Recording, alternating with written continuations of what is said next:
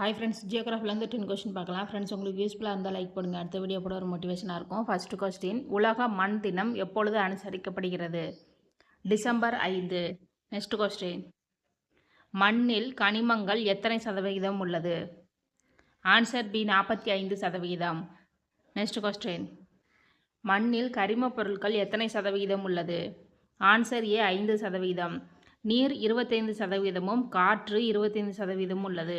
Next question, எந்த பாறை சிதைவடைவதால் கரிசல் மண் உருவாகிறது? ஆன்சர் ஏ தீப்பாறை.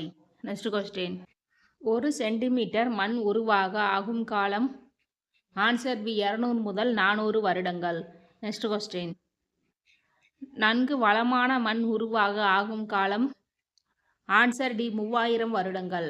நெக்ஸ்ட் கொஸ்டின், எந்த பாறைகள் சிதைவடைவதால் செம்மண் உருவாகிறது? Answer B படிகப்பாறைகள்.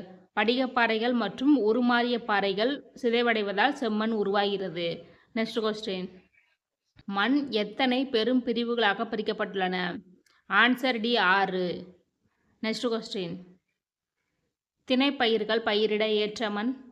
ஆன்சர் பி செம்மண். நெக்ஸ்ட் கொஸ்டின், தேயிலை, காஃபி போன்ற தோட்டப்பயிர்கள் பயிரிட ஏற்ற மண்? ஆன்சர் சி சரளை மண். Okay friends, thank you.